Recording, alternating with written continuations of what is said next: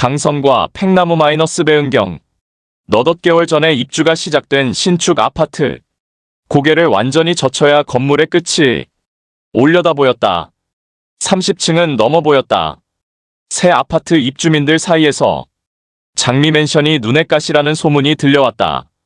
새로 생긴 시장 죽집 비위생적이라 별로. 그 밑으로 비슷한 내용의 글이 더 보였다. 유독 한 사람이 그런 가게는 이용을 자제해야 한다는 글을 계속 올렸다. 유리천 44087. 아들은 두 돌이 지난 보람이를 데려다 놓곤 소식이 뜸했다. 일주일이 한 달이 되고 두 달이 되더니 이제는 1년에 한두 번 전화가 온다. 아파트를 담보로 빼간 대출금도 강선이 갚고 있다. 남의 가게는 그렇게 욕을 하면서 자기 집 앞에 나무는 어지간히도 애지중지하는구먼. 자신의 가게에도 들이닥치지 않을까 싶었지만 같은 반 학부모끼리 대놓고 얼굴을 붉힐까 싶기도 했다. 허리까지 오는 진입 금지판이 앞을 가로막았다. 보행자 안전을 위해 차량 및 오토바이의 출입을 금한다는 노란색 글씨가 갈색 바탕에 선명하게 보였다. 외국어로 된 긴 아파트 이름의 관리사무소라는 출처까지 한 글자도 빠짐없이 촘촘했다. 공공보행로로 개방은 했지만 바퀴 달린 이동수단의 진입은 허가할 수 없다는 뜻이었다. 라운드형 볼라도 옆으로 4개의 삼각판이 쇠줄로 연결돼 입구를 단단히 막고 있었다. 자전거를 탄 학생이 단지 안보도블록 위를 지나갔다. 강선은 성인용 세발 자전거의 앞바퀴를 좁은 틈으로 밀어 넣었다. 뒷바퀴와 꽁무니의 바구니가 볼라드 기둥에 걸렸다. 유모차에 탄 흰개가 강선의 자전거 뒤에서 깡깡 짖었다. 강선은 자전거를 돌려 세웠다. 입동을 넘긴 아침 공기가 코끝에 싸늘했다. 어제까지는 없던 바리케이드였다. 너댓 개월 전에 입주가 시작된 신축 아파트. 자전거를 끌고 가는 강선 옆으로 129동이 지나갔다. 그 뒤로 130동도 눈에 들어왔다. 고개를 완전히 젖혀야 건물의 끝이 올려다 보였다. 30층은 넘어 보였다. 작은 소방도로를 사이에 두고 강선이 살고 있는 2동짜리 장미맨션은 재개발 대상이 되지 못했다. 들어선 지 얼마 안 된 빌라들 사이에 본래의 자리를 잃어버린 듯 끼어 있었다. 새 아파트 입주민들 사이에서 장미맨션이 눈에 가시라는 소문이 들려왔다. 고층에서 한눈에 내려다 보이는 어지러운 옥상이 마음에 안 드는 모양이었다. 바람이 많이 부는 날에는 옥상에서 윙윙거리는 소리가 난다고 민원이 들어왔다는 말을 관리소장에게서 들었다. 남보기 좋으라고 옥상을 치워야 하냐며 관리소장은 인상을 찌푸렸다. 몇십 년을 살면서 강선에게는 한 번도 눈에 들어오지 않던 게 그들에게는 단번에 눈에 띈 모양이었다. 모퉁이를 돌자 모터 돌아가는 소리가 시끄럽게 났다. 강선은 아파트 펜스 너머를 바라보았다. 조경석이 쌓인 경사 끝에 화단과 베란다 유리 난간이 보였다. 인부 2명이 전기톱으로 나무를 베고 있었다. 3층 베란다에 닿을 정도로 꽤 커 보이는 나무였지만 말라 죽은 모양이었다. 불에 탄 듯 새까맣게 뼈대만 남은 모습이었다. 반들반들 윤이 나는 새 아파트에서 죽은 나무라니. 날카로운 소리가 그치더니 나무가 옆으로 쓰러졌다.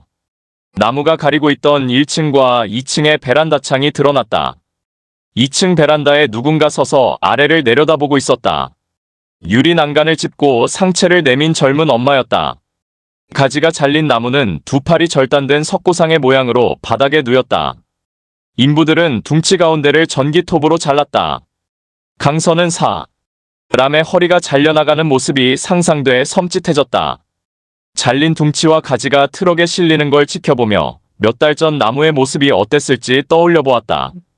무탈해 보이는 다른 나무들도 새로운 땅에 뿌리를 내리려고 애를 쓰는 중이리라. 2층 베란다에서 시선이 멈췄다. 창에 붙어 서 있던 여자가 보이지 않았다. 발길을 돌리려는데 중앙 현관에서 여자가 걸어 나왔다. 베란다에서 멀찍이 떨어지더니 자신의 집을 올려다보았다. 강선도 여자를 따라 2층 베란다를 쳐다보았다.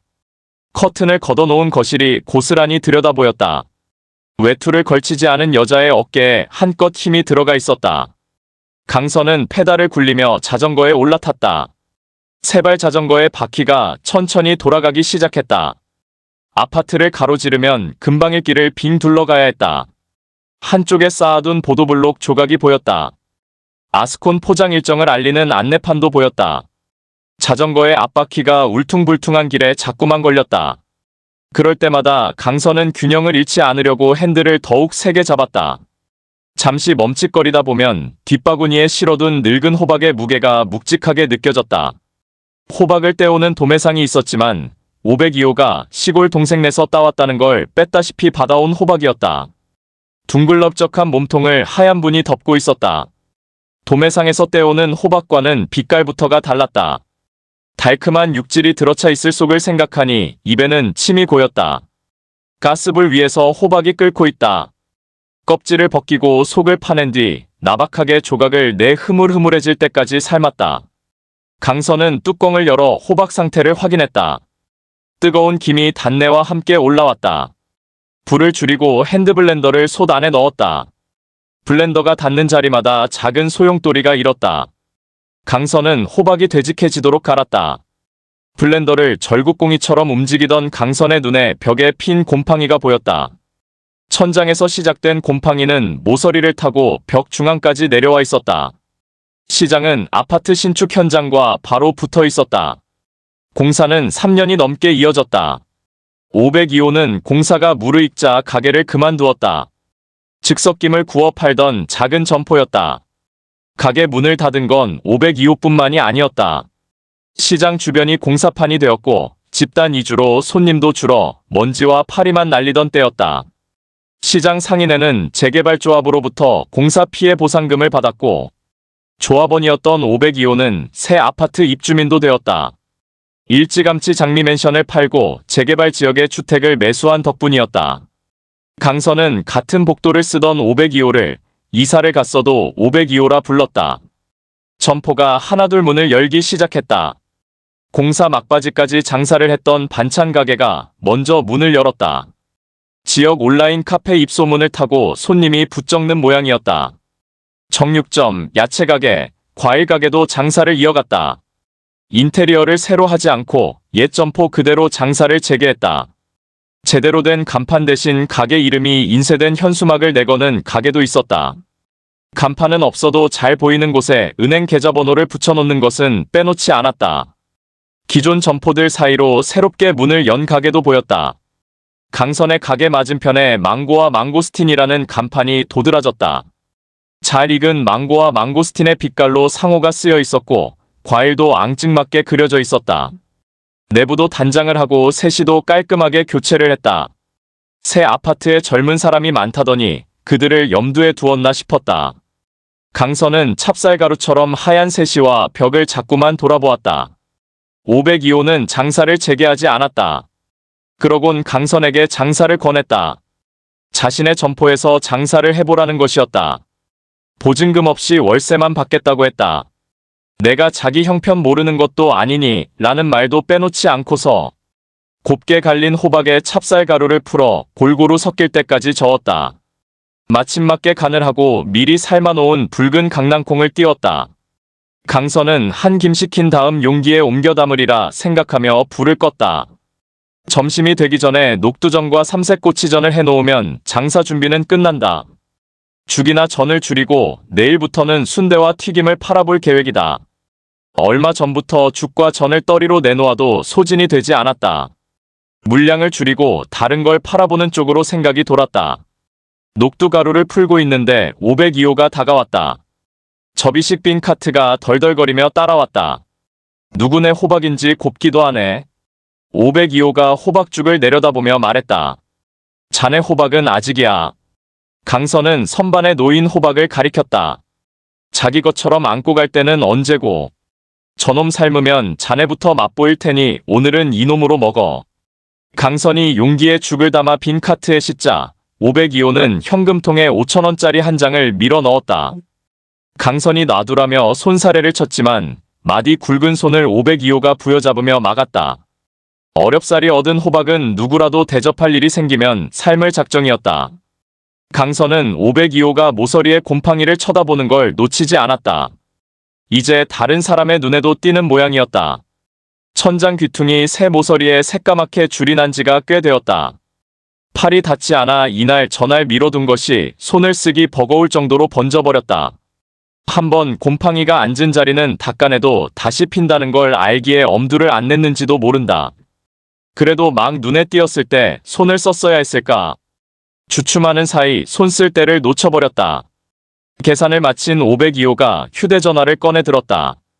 카톡창을 한참 내리더니 강선의 눈앞으로 전화기를 내밀었다. 여기 좀 봐. 입주민 단톡방이었다. 이 밑으로 달린 다른 글도 보라고. 새로 생긴 시장 죽집 비위생적이라 별로. 그 밑으로 비슷한 내용의 글이 더 보였다.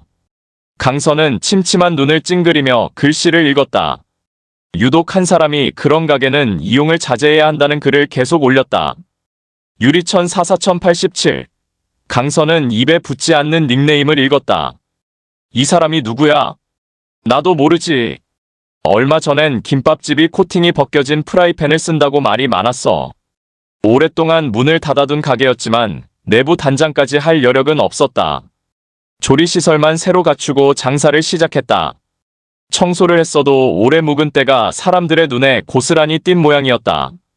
강선은 낭패감과 부끄러움에 얼굴이 화끈거렸다. 저런 가게 때문에 시장을 이용하기 꺼려져요. 아니 저런 말을 여기다 대고 하면 어떡해? 강선이 격앙된 어조를 보이는데도 502호는 휴대전화 커버를 덮지 않았다. 이 여자는 시장이 아예 마음에 안 드나 봐. 편의점 앞에 내놓은 의자도 걸고 넘어진다니까. 502호는 얼른 화제를 돌렸다. 거기 앉아 담배도 피고 술도 마시는 게 보기 싫나 봐. 하긴 침도 뱉어놓으니 거기서 늘 밥 먹는 사람도 있잖아. 꾀죄죄하니 냄새나는 남자 말이야. 동네가 공사판일 때야 티가 안 났는데 지금이야 다르지. 그 사람도 먹고 살아야지. 갑자기 어디로 사라지기라도 하란 말이야. 강선도 길모퉁이 편의점 앞에서 컵라면을 먹던 남자를 가끔 보았다.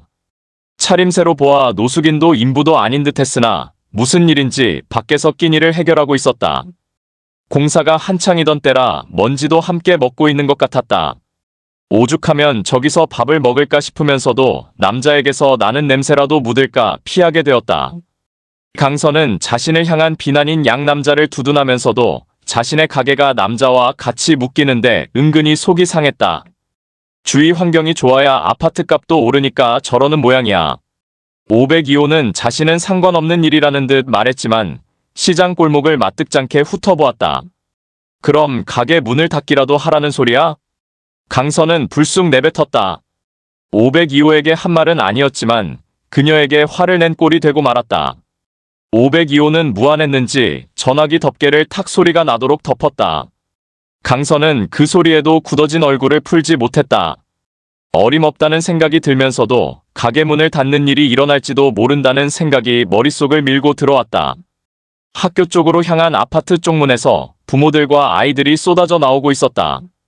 아파트 공공보행로를 가로질러 온 아이들까지 뒤섞여 바리케이드를 쳐놓은 쪽문은 와글와글 붐볐다. 걸어서 등교를 하자고 보람이를 구슬려 보았지만 어린 것이 고집을 꺾지 않았다. 강선이 이웃과 아침 인사를 나누는 사이 자전거 뒷바구니에 먼저 올라타 할머니를 불렀다. 태울 수 있을 날도 얼마 남지 않았다는 생각이 드니 손녀의 청을 들어주지 않을 수 없었다. 할머니, 오늘도 전학 오는 애가 있을까? 자꾸 오니까 애들이 헷갈린대. 난 하나도 안 헷갈리는데. 이름도 다 외웠어.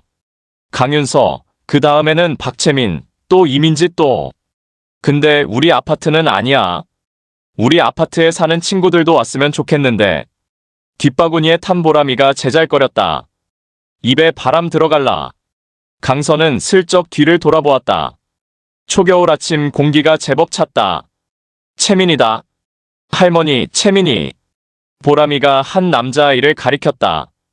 보람이가 손을 흔들었는지 남자아이도 머쓱하게 손을 들었다. 남자아이의 엄마가 뒷머리에 난 까치집을 손으로 비껴주며 함께 걸어오고 있었다. 낯익은 얼굴. 며칠 전 나무가 베어지던 걸 걱정스럽게 바라보던 여자였다. 어제 502호가 보여준 단톡방 대화 내용이 떠올랐다. 중앙광장의 팽나무도 베어지자 곳곳에 베어진 나무는 언제 심냐며 불만이 이어지고 있었다. 그 여자와 유리천사, 그리고 채민 엄마. 아들이 손을 흔들자 여자도 강선을 바라보았다. 짧은 순간 눈이 마주쳤지만 여자는 이내 고개를 돌렸다. 강선은 아들과 함께 사람들에 묻히는 자그마한 여자의 뒷모습을 바라보았다. 삐뚤어진 어깨끈을 바로잡아주며 강선은 보람이의 볼을 쓰다듬었다. 학교 끝나면 전화하고. 보람이가 고개를 끄덕이자 가방에 달아둔 토끼도 달랑거렸다. 보람아. 왜 할머니? 채민이는 몇 동에 산대? 몰라. 물어볼까? 강선은 어린 것에게 괜한 것을 물었다 싶었다. 아니야, 얼른 가. 강선은 보람이가 교문 안으로 사라질 때까지 지켜보았다. 1년이 무사히 지나가고 있다. 젊은 부모도 1학년짜리를 키우려면 직장을 쉰다는데 나이 든 자신이 보람이를 잘 챙길 수 있을지 걱정이었다. 아들을 어떻게 키웠는지는 기억나지도 않았다. 다시 1학년짜리 학부모가 될 줄은 생각지도 못한 일이었다. 아들은 두 돌이 지난 보람이를 데려다 놓곤 소식이 뜸했다. 일주일이 한 달이 되고 두 달이 되더니 이제는 1년에 한두 번 전화가 온다. 아파트를 담보로 빼간 대출금도 강선이 갚고 있다.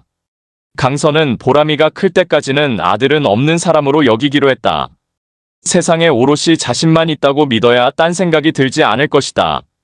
나누어질 수 없다면 혼자서 감당하는 편이 나았다. 강선은 이제 아들의 전화를 기다리지 않는다. 기다리지 않으니 갑갑하던 마음이 사라졌다. 보람이가 말했다. 할머니, 이제 한숨 안 쉰다. 보람이의 눈에서 안심하는 빛이 느껴졌다. 자기도 모르게 한숨이 나오려고 할 때마다 어린 것의 눈을 떠올렸다. 안도하는 눈망울 속에 그렁그렁 담겨있던 불안의 물기도. 등교가 마무리된 교문 앞이 한산해졌다. 교문 앞에서 학생들을 맞이하던 선생님도 보이지 않았다. 강선은 집 쪽으로 자전거를 몰았다. 쪽문을 막아놓았으니 돌아가야 했다. 세발 자전거는 두발 자전거에 비해 속도는 덜 났지만 안정감이 있었다. 어린 보람이를 태우고도 안심하고 달릴 수 있었다. 보람이를 어린이집에 맡겨놓고 시장으로 근처 아파트로 일거리가 있는 곳이면 달려갔다. 식당 설거지에 아파트 청소며 살림집 도우미도 했다. 유모차를 끌고는 바삐 다닐 수가 없었고 늘 타고 다니던 두발 자전거에는 어린 보람이를 태울 수 없었다. 국립 끝에 세발 자전거를 장만했었다. 두 돌짜리가 꼭 붙잡고 있으란 말을 용케도 알아들었다. 조망만 한 손을 철대에 쥐이며 꼭 붙잡고 있어야 한다고 이르면 제가 먼저 아야 해. 라며 강선을 안심시켰다. 이제는 강선의 어깨를 짚고 대답해줄 새도 없이 제잘거린다. 자신의 점포에서 장사를 해보라는 502호의 제안이 처음부터 내킨 건 아니었다. 친한 사람일수록 돈거래를 하지 말라 하지 않았나. 502호의 아들과 강선의 아들이 동갑이라 더욱 친하게 지냈다. 어쩌다가 한쪽은 든든한 효자가 되고 한쪽은 소식조차 뜸한 불효자가 되었는지는 모르겠다. 아들이 보람이만 할 때까지 거슬러 올라가야 바로 잡을 수 있을까. 보람이라도 바르게 키워내야 했다. 여기저기 일을 다니는 것보다는 자신의 장사를 해야 돈이 모일 것이다. 금전 관계로 502호와 껄끄러워지지 않기 위해서라도 잘해보아야겠다는 생각이 들자 없던 결심도 섰다. 보람이가 앉았던 자리에 쪼아먹다 남겨둔 참새 모이처럼 제잘거림이 흩어져 있다. 2학기 초에 학급을 늘린다는 안내가 있더니 전학생이 몰리는 모양이었다. 저 아파트의 나무들도 전학 온 학생들이나 다름없을 터. 강선은 외벽을 타고 쭉 뻗은 소나무를 바라보았다. 본래 격가지가 없는지 전지를 많이 한 건지 길쭉한 둥치만 두드러졌다. 정비가 덜 된 도로에서 굵은 돌멩이 하나가 튀어올라 바퀴살을 건드렸다. 어제 502호에게서 들은 말이 생각났다. 무슨 나무가 2억씩이나. 중앙광장의 팽나무. 커다란 나무가 쓰러져 있는 사진을 502호가 보여주었다. 빈 그루터기는 꽤 우람했을 나무를 짐작게 했다. 관리를 소홀히 한 위탁관리업체를 탓하는 글에서부터 애초에 시공사가 병든 나무를 심은 게 아니냐며 성토하는 글까지 어지럽게 섞여 있었다. 전문가라는 사람이 나서서 나무의 금액을 말하자 사람들이 입을 다물지 못하는 게 글에서도 느껴졌다. 봤어? 나무도 나무지만 이 여자가 관리실에 가서 난리를 쳤나봐. 하자 보수는 자기들 소관이 아니라고 하니까 시공사에 전화해 자기 집 앞에 나무는 언제 심을 거냐고 따졌다잖아. 그걸 여기에 다 올렸네. 강선은 무슨 말인가 싶었다. 이걸 보라고. 유리천사. 여기 곰팡이가 어쩌고 하던 여자잖아. 자기 집 앞 나무 사진도 올렸어. 비스듬하게 잘린 밑동이 눈에 들어왔다. 며칠 전에 잘려나가는 걸 보지 않았다면 밑동만 갖다 심은 줄 착각할 정도로 주변 흙이 정리돼 있었다. 불안한 뒷모습을 보이며 2층 창을 올려다보던 여자가 유리천사고 채민 엄마였다.